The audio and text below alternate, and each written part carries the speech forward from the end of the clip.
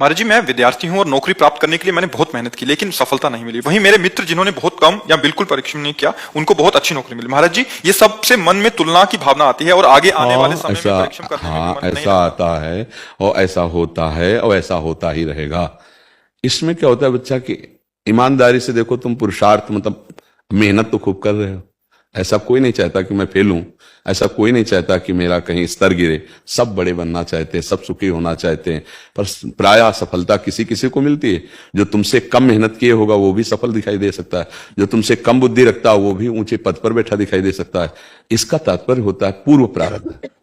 अब इसे माने या ना माने, जैसे वर्तमान में हम मेहनत बहुत कर रहे हैं और हमारा कर्म है हमें दुख देने के लिए तत्पर है, तो हर जगह से मुझे गिरा रहा है, हर जगह से परास्त कर रहा है। व्यापार में घाटा, पढ़ाई में वो चाहे जितना पढ़े वो उतने नंबर नहीं ला पा रहा है, वो चाहे जितना प्रयास करे, उसे इंजीनियरिंग पढ़े बड़े बड़े और गांव गली में ऐसे बैठे कोई उनको नौकरी नहीं मिल रही। कितने ऐसे बहुत बुद्धिमान हैं लेकिन खाने पीने तक की व्यवस्था सही नहीं है। कितने ऐसे हैं कि उनको ज्ञान नहीं, बिल्कुल बुद्धिमंद भी है लेकिन वो कार में चल रहे हैं, भारी व्यवस्थाएं हैं। पूर्व पुण्य और पूर्व पाप। अब हम क्या करें, नया ऐसा कार्य करें कि पूर्व को विध्वंस कर दें। वो है भगवान का आश्रय और भजन, दूसरा कोई नहीं। भजन के द्वारा हम अपने कर्मों को जो हमारी उन्नति में बाधा पहुंचा रहे हैं उनको विध्वंस करें। अब वो किस कोटि के कर्म है, कितने दिन भजन करना पड़ेगा, इसका कोई परिचय नहीं जानता है।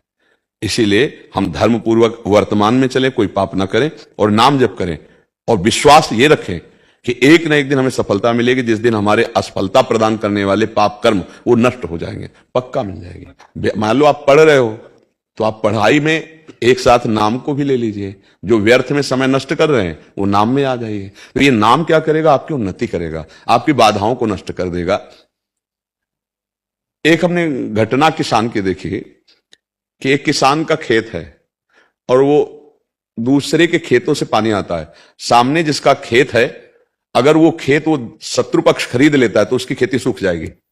और वो बहुत धर्म से चलने वाले, भजन करने वाले, अब वो लोग गए और उस जो खेत बेच रहा था शत्रु पक्ष, उसका जाकर के बोला जितने तुम लाख हजार बोलोगे हम देंगे, लेकिन खेती हमें दोगे। और वो पक्ष जो इतनी क्षमता नहीं रखता था, अगर उसको वो खेती ना मिले तो उसका खेत सूख जाएगा। और वो धर्मात्मा पुरुष है, उसके पास उतना धन नहीं है, और उसने भगवान से प्रार्थना की कि भगवान आप जानते हो कि अर्थ है नहीं, और अगर वो खेत नहीं मिला तो हमारी खेती सारी सूख जाएगी, वो पानी नहीं आने देगा। जानते हो वहां से उत्तर आया था, जब आदमी भेजा गया था तो ये उत्तर आया था कि इनके घरों में संत जन भोजन करते हैं, ये धर्म से चलते हैं, अगर ये हमको पैसे ना भी देंगे तो खेती इन्हीं को लिखाएंगे हम। वो व्यक्ति जाकर के उनको काफी पैसे बढ़ाकर दे रहे, उन्होंने उनको नहीं दिया। यहां तक कि वो कचहरी तक उनके साथ गए, उनको नहीं दिया, और उनको दिया जिनके पास अर्थ भी कम था और ज्यादा पावर भी नहीं था।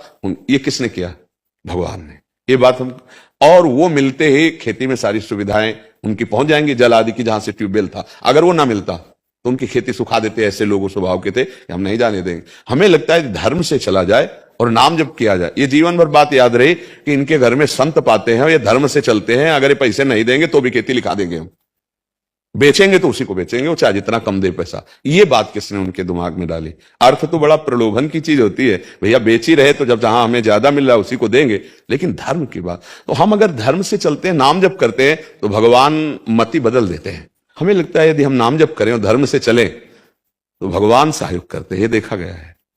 हर उन्नति हमारा पाप कर्म गिराना चाहता है, पाप कर्म बाधा देता है। अब जैसे कोई अभी वर्तमान में पाप कर रहा हो, बढ़ता चला जा रहा है, तो उसका पूर्व का पुण्य उसे बढ़ा रहा है। वर्तमान में पुण्य कर रहा हो, गिरता चला जा रहा है, वो उसका पूर्व का पाप नष्ट हो रहा है, उसको गिरा रहा है। अब जब पुण्य इस कोटि का हो जाए, नाम जब भजन, कि उसको विध्वंस कर दे, तब मंगल होता है। अब ये बात समझ में आ जाए तो है। अब 4 दिन हम जपे और सोचा हमारी नौकरी नहीं लगी तो हम नाम जप छोड़ दें, तो फिर धैर्यपूर्वक न जपने के कारण फिर अश्रद्धा हो जाएगी। यदि हम नाम जप करें और खूब अच्छी पढ़ाई करें और प्रयास करें, तो हमारा प्रयास और भगवान की कृपा दोनों इससे हर काम हो जाएगा। हमारा प्रयास धैर्यपूर्वक और नाम जप, तो भगवान आपको परम धनी बना देंगे। वो लक्ष्मीपति हैं, क्या कमी है उनके पास, वो हमारा जीवन सुधार देंगे, इतना विश्वास कर लो। जरूरी थोड़ी कि नौकरी के द्वारा ही तुम्हें धन मिलेगा, वो कहां से कैसे व्यवस्था करते, ये तो भगवान का जो भजन करते वो जानते हैं। वो किस दिशा से आपको धनी बना देंगे आपको पता भी नहीं चलेगा। इसलिए हमें लगता है भगवान का आश्रय लो, नाम जप करो, खूब कर्तव्य कर्म करो, जो पढ़ाई लिखाई नो हर प्रयास करो, आज नहीं तो कल सफलता मिलेगी। ऐसा तो नहीं कि इतना भाग्य में लिखा है कि हम असफल होते ही चले जाएं। ऐसे में निराश भी नहीं होना। हमें भाग्य बदलने के लिए मानवदेह मिली, हम प्रयास करेंगे, आखिरी दम तक प्रयास करेंगे, सफलता तो मिलेगी। नहीं तो हमारा नाम जब चल रहा है, भजन बल से क्या नहीं हो सकता, सब कुछ हो सकता है।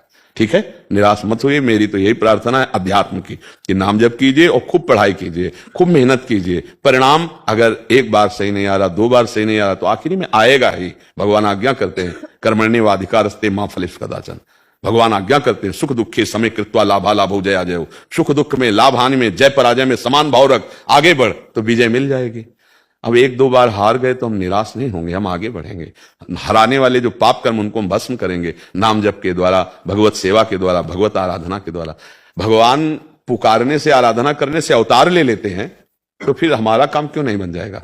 वो बना देंगे, विश्वास रखो। पर हमारा कौन सा पाप कर्म इतना प्रबल है जो आगे नहीं बढ़ने दे रहा, उसको नाम नष्ट करेगा। अब कितने नाम में नष्ट होगा ये पता नहीं, इसलिए हम जपते रहे श्रद्धा विश्वास पूर्वक। अच्छा, इसमें ये तो है नहीं कि तुमसे कुछ मांगा जा रहा हो कि भाई हमको झूठ में फंसा दिया जाए। इतना तो सुना है भगवान का नाम सत्य है, और नाम जपना तुम्हारे काम, उसमें पैसा तो लगना नहीं। अच्छा, वो फ्री टाइम में जप लो, जब आप खेल कूद में, गेम आदि मनोरंजन में लगते, उस समय नाम जप कर लो, और खूब मन से पढ़ाई करो, खूब मेहनत करो, जीवन मंगल में हो जाएगा। निराश मत होना, मस्त रहना। ये संसार संघर्ष से जीता जाता है, इसमें संघर्ष करना पड़ेगा खूब। जो जितना मेहनती है, जितना पुरुषार्थी, उतना ही आगे निकलता है। उदास नहीं होना, निराश नहीं होना। हमें रौंदना है, हमें अपने को रौंदाना नहीं। काम, क्रोध, लोभ, मोह, मद, मत्सर सब गुलाम बनाए हुए हैं। हे नाम जप कर सिंहवत दहाड़, कोई परास्त न कर पाए, ऐसा मानवदेह है।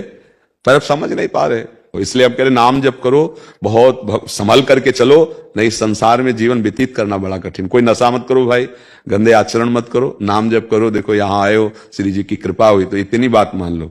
कोई नशा मत करो, कोई गंदा आचरण मत करो, नाम जप करो, तो पीछे जो हमसे गलतियां हुई भगवान उसको क्षमा कर देंगे, आगे हमारा जीवन